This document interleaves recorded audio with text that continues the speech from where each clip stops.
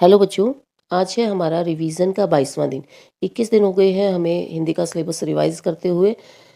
बहुत सारा syllabus in 21 दिनों में हमने रिवाइज कर लिया है। आई होप आप मेरे साथ साथ चल रहे होंगे और जितना मैं आपको रिवाइज करा रही हूँ रोज़ का एक चैप्टर आप रिवाइज कर रहे होंगे। इससे बर्डन नहीं होगा हमारे ऊपर और हम समय पर अपना रिवीजन पूरा कर लेंगे। अभी भी हमारा काफ़ी सारा सिलेबस बचा हुआ है। अंतराल को अभी भी हमने टच नहीं किया, तीनों चैप्टर उसके हमारे बचे हुए हैं और अभिव्यक्ति और माध्यम में से भी कुछ टॉपिक्स ऐसे हैं जिनको हमने टच नहीं किया, तो वो भी हमें करना है। इसके अलावा मुझे लग रहा है कि 2, 3, 4 कुछ ऐसी वीडियो में भी मैं आपको बताऊं जिसमें मैं आपको व्याख्या लिखनी सिखाऊं, काव्य सौंदर्य का अगर प्रश्न आता है तो कैसे हल करना है वो सिखाऊं। हिंदी का पेपर जब हम लिखने जाएंगे बोर्ड का एग्ज़ाम, कुछ बच्चे क्या 12वीं वाले बच्चे पहली बार बोर्ड देंगे, इन्होंने 10वीं में बोर्ड नहीं दिया, तो बोर्ड की आंसर शीट हमें कैसे लिखनी होती है, एक अच्छी आंसर शीट कैसी दिखनी चाहिए, कैसे हमें हिंदी का पेपर अटैम्प्ट करना है, किस सीक्वेंस में करना है, कुछ इंपॉर्टेंट बातें मुझे आपके साथ शेयर करनी है। उसके साथ साथ बुक में से कौन कौन से ऐसे पैराग्राफ हैं जो कि व्याख्या के लिए पूछे जा सकते हैं, अक्सर आते रहे हैं एग्जाम्स में, वो सारी चीज़ें एक या दो पिछले सालों के क्वेश्चन पेपर हम सॉल्व करके देखेंगे। तो ये मेरा थोड़ा सा है कि अगर हम सिलेबस को टाइम से पूरा कर लेते हैं तो हमारे पास 3-4 दिन का समय होगा ये एक्स्ट्रा रिवीजन करने के लिए या ये इन सारी बाकी चीज़ों के लिए। तो चलिए देखते हैं आज की वीडियो में मैंने कौन सा टॉपिक लिया है। आज हम करेंगे बारहमासा, सारांश, मुख्य बिंदु, व्याख्या, उसी तरीके से प्रश्न उत्तर हल करेंगे। और एक क्वेश्चन है बीट किसे कहते हैं, यह अभिव्यक्ति और माध्यम का प्रश्न है। बारहमासा थोड़ा सा मुश्किल चैप्टर है क्योंकि इसकी भाषा जो है पुरानी वाली अवधि है, लेकिन अगर आपको इसका मैटर समझ में आ गया तो केवल 4 पैरा हैं, 4 पैरा में से 4 प्रश्न बनते हैं। अगर आपको इसकी स्टोरी समझ में आ गई, सरल हिंदी आपको इसकी समझ में आ गई, तो अगर उनमें से कोई प्रश्न आता है तो आप उसको अटेम्प्ट कर सकते हैं। व्याख्या अगर इसमें से आती है तो व्याख्या के लिए पैराग्राफ चूज करना ज़्यादा समझदारी वाली बात नहीं होगी अगर आपने अच्छे से पूरे चैप्टर के वर्ड मीनिंग नहीं पढ़े हैं, तो कहीं आप अटक सकते हो, कुछ गलत लिख सकते हो। अगर आपने वर्ड मीनिंग अच्छे से इस चैप्टर के कर लिए हैं तो ये बहुत अच्छा ऑप्शन हो सकता है व्याख्या के लिए, क्योंकि व्याख्या में बहुत कुछ लिखने की इसमें गुंजाइश है। नई कविताओं में बहुत ज़्यादा एक्सप्लेनेशन की गुंजाइश नहीं होती, लेकिन पुरानी कविताओं में बहुत ज़्यादा एक्सप्लेनेशन की गुंजाइश होती है अगर आपने वर्ड मीनिंग अच्छे से कर लिए हैं तो। ये हम डिस्कस करेंगे जब व्याख्या वाली वीडियो बनाएंगे। चलिए आज की वीडियो शुरू करते हैं। चैप्टर की बेसिक जानकारियों से शुरू करते हैं। चैप्टर का नाम है हमारा बारहमासा। बारहमासा जो जिस बुक में से लिया गया है उस बुक का नाम है पद्मावत। ये एक पूरा काव्य है, महाकाव्य जिसको कहते हैं। एक इतना समझ लीजिए, एक बड़ी सी बुक का नाम है पद्मावत और वो पूरा कविता की फॉर्म में है। उसमें से ये 4 पैरा आपके लिए उठाए गए हैं। कवि है मलिक मोहम्मद जैसी, मलिक मोहम्मद उनका नाम है और जैसी उन्होंने अपना सरनेम रख रखा है अपने शहर के नाम पर। भाषा इसकी अवधि है, पुरानी अवधि इसको कह सकते हैं, ठेठ अवधि इसको कह सकते हैं, अवधि भाषा है। इस पूरे पाठ में करुण रस है और दोहा चौपाइयों में ये लिखा गया है। हर एक पैरा के नीचे जो 2 छोटी लाइनें हैं वो दोहा है और ऊपर वाली जो 7 या 8 लाइनें हैं वो चौपाई की हैं। चलिए इस चैप्टर के मुख्य बिंदु देखते हैं कि इसमें इसका केंद्रीय भाव क्या है। में 3 मुख्य पात्र हैं जिनके नाम आपको पता होने चाहिए। राजा रतन सेन जो इस पूरे महाकाव्य का नायक है, पद्मावती और रानी नागमती। इन तीनों का अगर नाम आपको याद नहीं रहता तो भी इस चैप्टर के लिए हमें एक कैरेक्टर का नाम याद रखना बहुत ज़रूरी है और वो है रानी नागमती, क्योंकि इस पाठ में रानी नागमती की विरह दशा का वर्णन किया गया है। अब विरह, हम बार बार विरह पढ़ते हैं हिंदी साहित्य में, तो विरह अवस्था हम उसे कहते हैं जब कोई जोड़ा है, जब कोई कपल है और उसमें से एक व्यक्ति जब बिछड़ जाए, कहीं चला जाए, तो दूसरे की अवस्था का जब हम वर्णन करते हैं उसको हम विरह दशा कहते हैं। तो यहाँ रानी नागमती का पति जो है कहीं चला गया है, इसलिए रानी नागमती की दशा का वर्णन जो कवि ने किया है उसको हम विरह अवस्था का वर्णन मान करके चल रहे हैं। राजा रतन सेन की पहली पत्नी का नाम नागमती है। अब राजा रतन सेन पद्मावती से विवाह करने उसके राज्य या उसके देश में गए हुए हैं। ये थोड़ा सा संदर्भ है ताकि हमें पता चले रानी नागमती की ऐसी दशा क्यों है। कोई भी अगर प्रश्न आएगा या व्याख्या आएगी तो हमें थोड़ा सा संदर्भ लेना पड़ता है कि इस दशा का वर्णन किया गया है लेकिन ये दशा क्यों है। तो राजा रतन सेन जो है पद्मावती से विवाह करने उसके राज्य या उसके देश में गए हुए हैं, वो श्रीलंका गए हुए हैं और ये हमारी जो कहानी है ये राजस्थान की कहानी है। तो राजा बहुत दूर गया हुआ है, बहुत दिन हो गए हैं। रानी नागमती को राजा रतन सेन की कोई खोज खबर नहीं मिली है। पुराने ज़माने में ऐसे जनसंचार वाले माध्यम होते नहीं थे, आदमी को ही जाना पड़ता था दूसरे की खबर लाने के लिए। तो राजा रतन सेन की कोई खबर नहीं है रानी नागमती के पास। ऐसे में कवि ने उसके दुख का वर्णन किया है कि रानी नागमती जो है कैसे अपने पति के बिना महल में अकेली जी रही है। तो उसकी विरहावस्था का वर्णन है।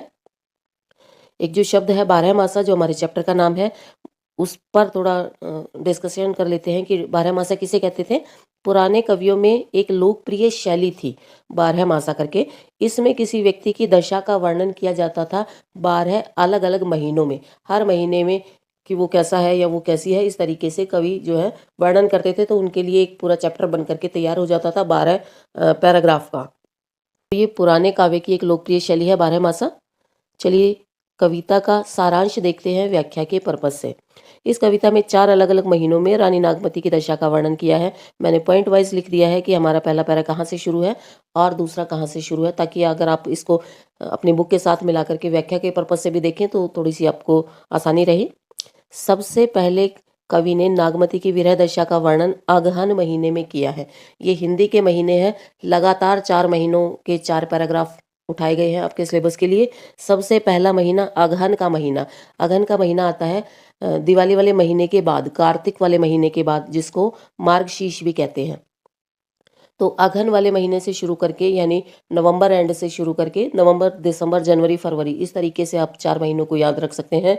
उसका मौसम याद रख सकते हैं क्योंकि मौसम के अनुसार उसकी विरह दशा का वर्णन है। सबसे पहले आता है अगहन महीना। अगहन महीने में क्या विशेषता बताई है? पहले महीने की विशेषता क्या है? इस महीने में दिन छोटे होने लगते हैं और रातें बड़ी होने लगती हैं। राजा को गए बहुत दिन हो गए हैं, तो रानी की हालत बहुत खराब है। इस लाइन को तो आप चारों पैरा में से किसी में भी लिख सकते हैं। रानी दिन रात दुख में ऐसे जलती रहती है जैसे दीपक में बाती। लोग अपने घरों में सर्दियों की तैयारी करने लगे हैं, रंग बिरंगे सर्दियों के कपड़े, नए कपड़े बनवाने लगे हैं, लेकिन रानी का श्रृंगार करने का मन नहीं करता क्योंकि उसका रूप रंग उसके पति अपने साथ ले गए हैं। श्रृंगार की स्पेलिंग आपको ध्यान रखनी है। टाइपिंग में मैंने कोशिश की, ये ढंग से लिखा नहीं जा रहा, तो आप लोग इसको थोड़ा सा देख लीजिए। रानी का श्रृंगार करने का मन नहीं करता क्योंकि राजा नहीं है, वो उसका रंग और रूप, उसकी सजने संवरने की इच्छा अपने साथ ले गए हैं। जैसे जैसे सर्दी बढ़ती जा रही है, रानी का दुख भी उतना ही बढ़ता जा रहा है, और ये जो दुख है, ये जो जलन है, ये जो कष्ट है, ये उसके शरीर को जलाकर राख कर देगा।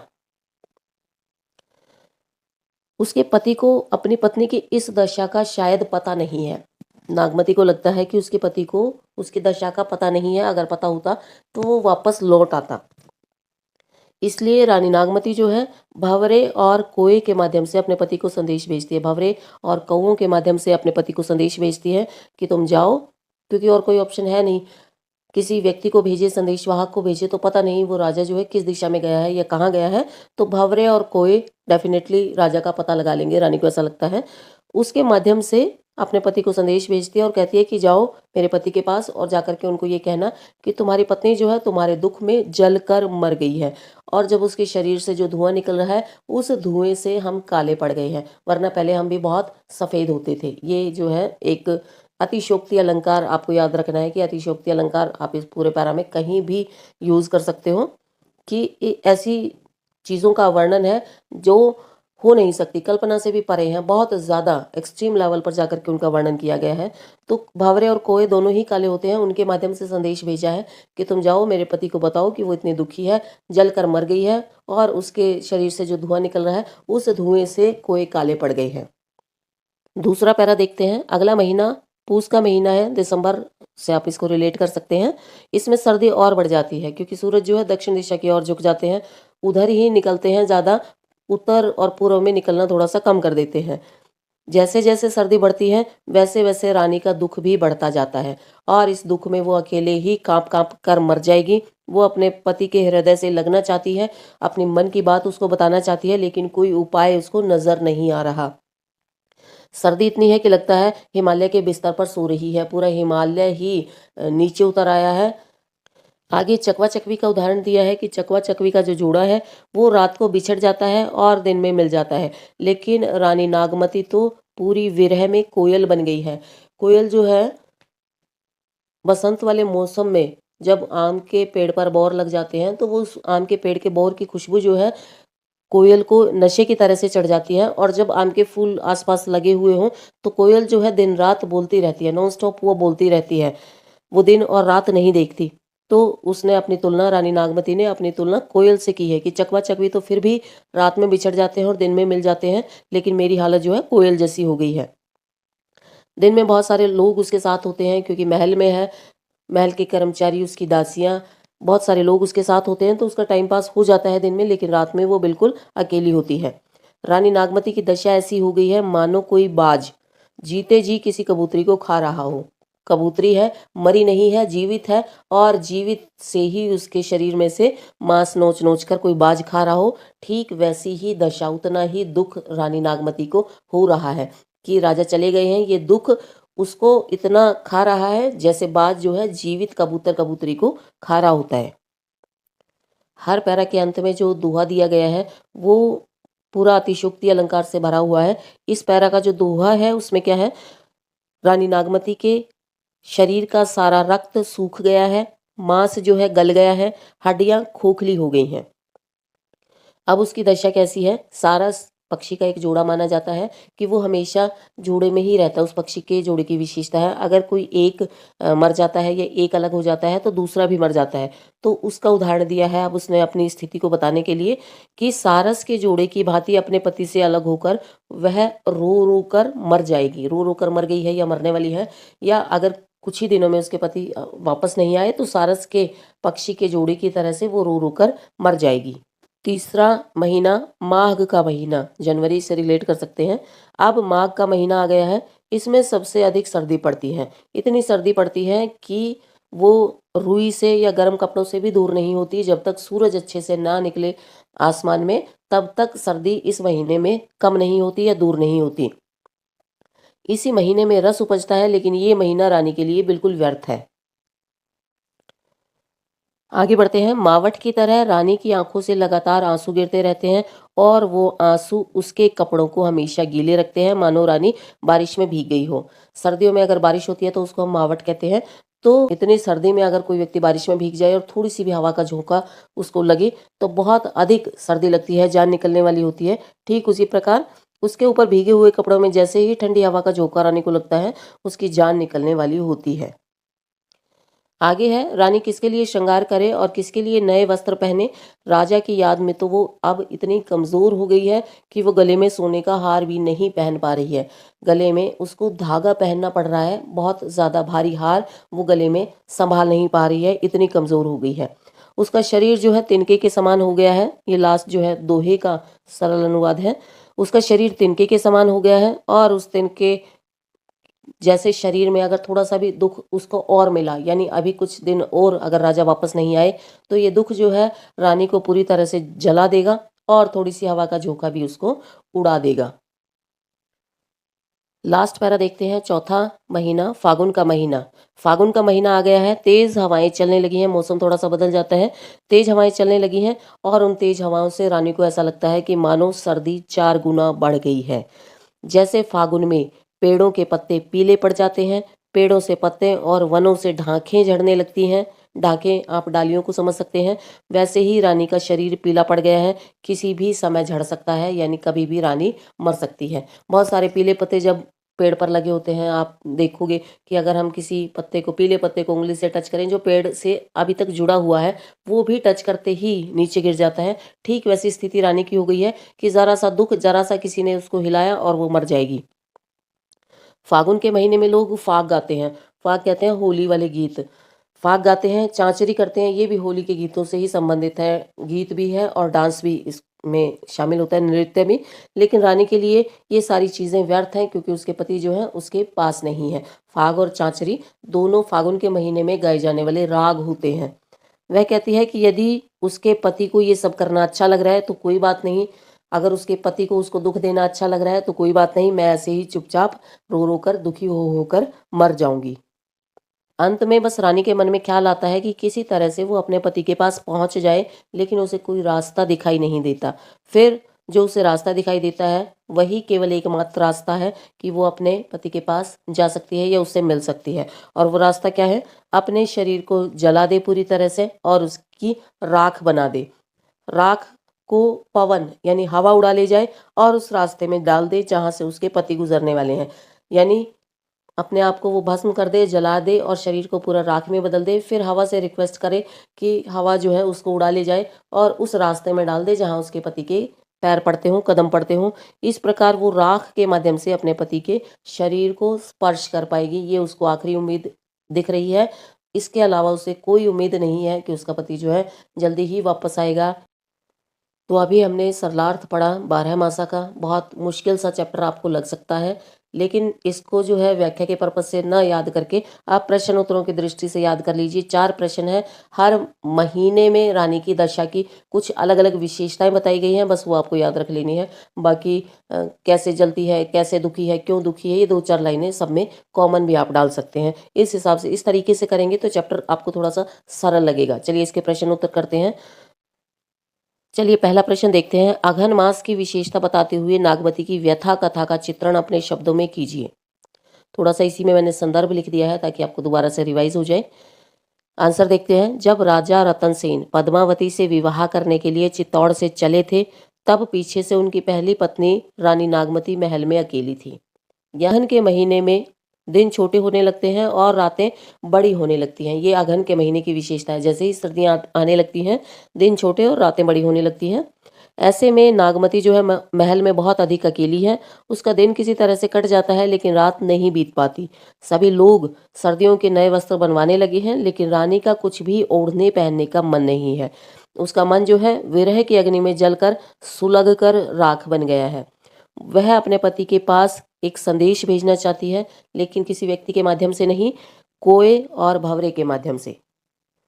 कोय और भंवरे के माध्यम से संदेश भेजती है कि जाओ उसके पति को बताओ कि पति के बिना जो है रानी नागमती पूरी तरह से जल गई है और उसके शरीर के जलने से जो धुआं निकला है, उस धुएं से भंवरे और कोय काले पड़ गए हैं। तो ये पूरे पहले पैरा को अघन मास में हमें लिख देना है। तो इसमें हमें जो बातें ध्यान रखनी है, तो सबसे पहले कोय और भंवरे वाली बात आएगी पहले महीने में, और उसके बाद दिन छोटे और रातें बड़ी होने लगी हैं। और इसमें मैं एक वो डालना भूल गई, दिए दीपक में जैसे बाती जलती है ऐसे वो जलती रहती है। ये 3 विशेषताएं हैं पहले पैरा में। दूसरा प्रश्न देखते हैं। जियत खाई मोए नहीं छाड़ा पंक्ति के संदर्भ में नायिका की विरह दशा का वर्णन अपने शब्दों में कीजिए। दूसरा महीना है। इस महीने में हमें जो कीवर्ड्स हैं वो कौन कौन से हैं, क्या क्या याद रखने हैं। इसमें बाज का वर्णन है, कबूतरी का वर्णन है और चकवा चकवी, सारस, इन पक्षियों का वर्णन है। इनका ध्यान में रखना है कि इनका वर्णन इसमें किया गया है।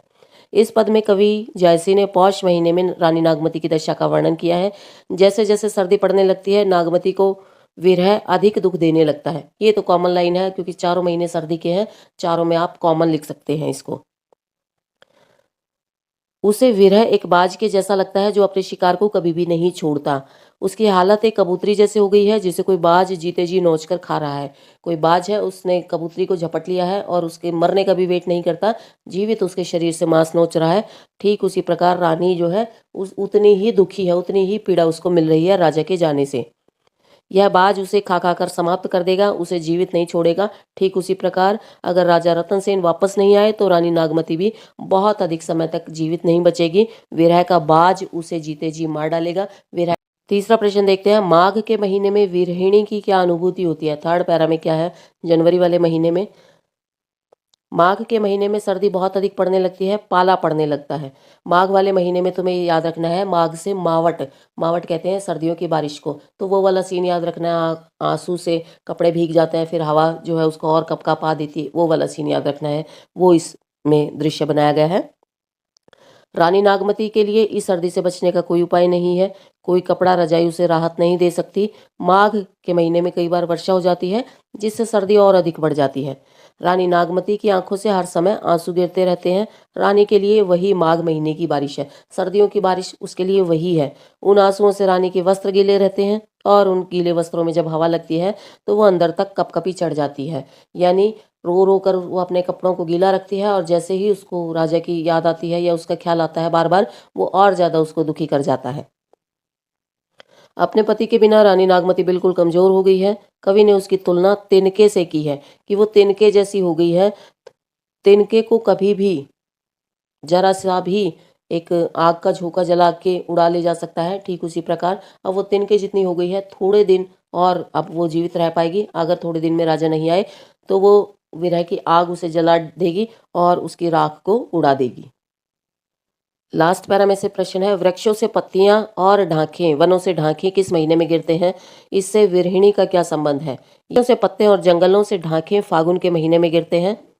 फागुन के महीने में सर्दी थोड़ी कम हो जाती है, वृक्षों के पत्ते पीले पड़ जाते हैं और धीरे धीरे करके झड़ने लगते हैं। लेकिन वो बदलता मौसम भी रानी को और ज़्यादा दुख देता है, उसको और ज़्यादा भयंकर सर्दी लगने लगती है क्योंकि वो कमज़ोर बहुत ज़्यादा हो गई है।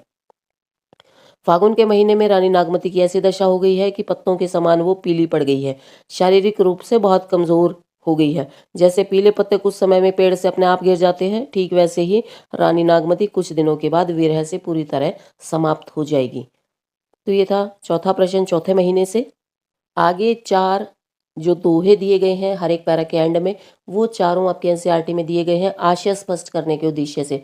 हालांकि बहुत ज़्यादा मुझे इम्पोर्टेंट नहीं लगते ये, क्योंकि भाषा थोड़ी सी मुश्किल है तो शायद नहीं आने चाहिए, लेकिन फिर भी हम जल्दी से इनको देख लेंगे ताकि थोड़ा सा कंटेंट हमारा और कवर हो जाए। तो ये पहले पैरा का दोहा है, पियसो कहेहु संदेशड़ा ए भवरा एकाग सो धनी बिरहे जरी मुई तेहिक धुआ हम लाग। तो ये कौवे और भंवरे के माध्यम से जो संदेश देती है कि वो जलकर मर गई है और उसके धुएं से हम काले हो गए हैं, ये वो वाला पैरा है। इसको हम डिटेल में देख लेते हैं। इन पंक्तियों में कवि रानी नागमती की दशा का वर्णन करता है, अगहन के महीने में करता है। रानी नागमती राजा रतन सेन के बिना उसकी दशा बहुत दयनीय हो गई है, ऊपर से सर्दी भी पड़ने लगी है। ऐसे में विरह की आग रानी के मन को लगातार जला रही है। वो अपने पति को कौवे और भंवरे के माध्यम से संदेश भेजती है। वो कहती है कि विरह की आग उसकी शरीर और मन दोनों को इस प्रकार जला रही है कि वो जल जल कर सुलग सुलग कर राख बनने वाली है, और इस सुलगने से जो धुआं निकल रहा है उस धुएं से कौवे और भंवरे काले पड़ गए हैं।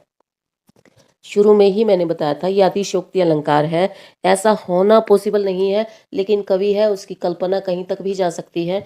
तो इसको हमें बस जैसे लिखा गया है उसी अर्थ में लेना है। इसको हमें लिटरली समझ नहीं लेना। हमें बिल्कुल ये नहीं समझ लेना कि कौवे पहले सफ़ेद होते थे और बाद में काले पड़ गए, ऐसा नहीं है। ये केवल उसकी दशा का वर्णन करने के लिए कवि की कल्पना है। तो इन सब में अतिशयोक्ति अलंकार, वीरावस्था का वर्णन, करुण रस, ये वाली सारी चीज़ें ऐड कर सकते हैं अगर इसमें से काव्य सौंदर्य आता है तो। दूसरा दोहा, रक्त ढरा मासू गरा हाड़ भय सब संख धनी सारस होई ररी मुई आई समेटहु पंख। ये पंक्तियां पौष महीने का वर्णन करती हैं। उसमें बताया है कि रानी नागमती की पति के चले जाने के बाद कैसी दशा हो गई है। रानी नागमती के शरीर से सारा रक्त समाप्त हो गया है,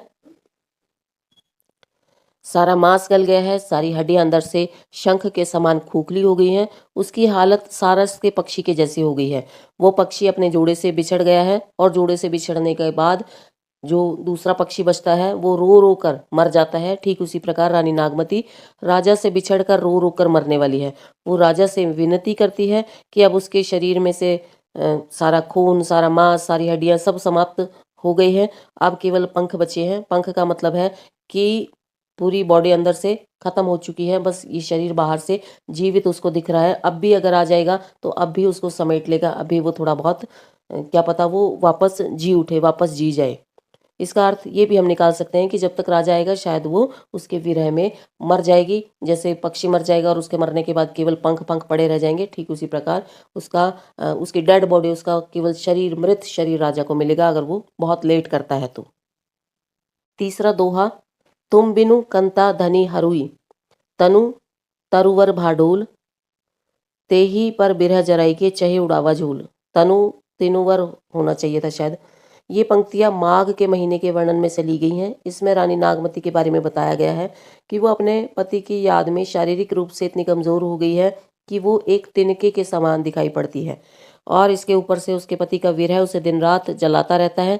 एक तिनका जरा सी आग से जल जाएगा, ठीक वैसी ही रानी नागमती की हालत हो गई है। किसी भी दिन तिनके के समान जलकर वो उड़ जाएगी राख बनकर। लास्ट दोहा देख लेते हैं, ये एक इम्पॉर्टेंट दोहा है। यह तन जारों छार के कहो कि पवन उड़ाए, मकुते ही मार्ग हुई परों कंत धरे जा पाऊं। ये पंक्तियां फागुन महीने के वर्णन से ली गई हैं। इनमें अब रानी बिल्कुल अपने पति के वापस आने की उम्मीद छोड़ चुकी है। अब उसे एकमात्र जो उपाय लगता है पति से मिलने का वो ये है कि अपने शरीर को जला डाले, उसकी राख बना दे, फिर उस राख को पवन का झोंका, हवा का झोंका उड़ा ले जाए और उस रास्ते में डाल दे जिस रास्ते में उसका पति जा रहा हो। इस प्रकार वह अपने पति के पैरों का स्पर्श कर लेगी और किसी न किसी तरह अपने पति से मिल पाएगी। उसको केवल यही उम्मीद अब नजर आ रही है और कोई उम्मीद उसको नजर नहीं आ रही। तो ये था आज हमारा एक बड़ा ही मुश्किल सा, बहुत भयंकर सा चैप्टर जिसका नाम है बारहमासा। आई होप आपको समझ आया होगा। मैंने समझाने की अच्छे से कोशिश की है, बहुत सरल बनाने की कोशिश की है, लेकिन पुरानी भाषा है और अतिशयोक्ति अलंकार है तो कुछ चीज़ें ऐसी लगती हैं कि ये पॉसिबल नहीं है, तो हम रिलेट नहीं कर पाते या कम रिलेट कर पाते हैं, इसलिए थोड़ा सा याद रखने में ये चीज़ें मुश्किल होती हैं।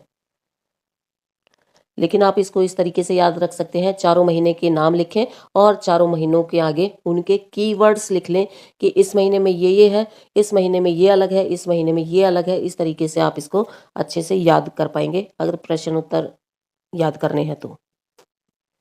चलिए आज की वीडियो का लास्ट क्वेश्चन देख लेते हैं। अभिव्यक्ति और माध्यम में से बीट किसे कहते हैं? ये एक इंपॉर्टेंट क्वेश्चन है, एमसीक्यू में भी आ सकता है और 3 नंबर में भी आ सकता है कि बीट हम किसको कहते हैं। समाचार पत्रों में कई प्रकार के समाचार होते हैं, जैसे राजनीतिक हो गए, आर्थिक, खेल, फिल्म, अपराध, बहुत सारे तरीकों के समाचार पत्र में अलग अलग पेज होते हैं और अलग अलग तरीके के समाचार होते हैं। कौन सा पत्रकार किस प्रकार का समाचार लिखेगा यह उसकी योग्यता और रुचि के अनुसार निर्धारित होता है। हर व्यक्ति हर प्रकार के समाचार बहुत अच्छे से नहीं लिख सकता, तो जिस व्यक्ति की जिस फील्ड में रुचि है उसको उसी तरीके का काम दिया जाता है। इस योग्यता और रुचि को मीडिया की भाषा में बीट कहते हैं। यानी पत्रकार को, अगर पत्रकार की रुचि खेल में है तो उसको खेल की खबरों की रिपोर्टिंग का अवसर मिल सकता है। इसे सरल भाषा में हम कहेंगे कि इस पत्रकार की बीट खेल है। यानी जिस सब्जेक्ट में किसी पत्रकार को रुचि है और उसी में उसकी योग्यता है, योग्यता यानी उसी से संबंधित उसने पढ़ाई कर रखी है, उसी से संबंधित उसने कुछ रिसर्च कर रखी है, तो अखबार वाले उसको उसी तरीके का काम दे देते हैं कि भाई तू इसी फील्ड में जा और इसी में तू अच्छा लिख पाएगा। तो वो ये उम्मीद करते हैं कि इस फील्ड में इसने पढ़ा हुआ है, इस फील्ड में काम किया हुआ है, इस फील्ड में इसकी रुचि भी है, तो अगर इस फील्ड से रिलेटेड अगर ये कोई समाचार लिखेगा तो ये एक अच्छा समाचार लिखेगा। उसको हम बीट कहेंगे। किसी पत्रकार को उसकी योग्यता और रुचि के आधार पर उसका मनपसंद काम देना, इसको हम बीट कहते हैं। तो एक इम्पॉर्टेंट प्रश्न है थोड़ा सा। ये था हमारा डे 22 का रिवीजन। आई होप आपको समझ आया होगा। मिलते हैं अगले दिन कल की वीडियो में किसी नई चैप्टर के साथ। तब तक थैंक्स फॉर वॉचिंग।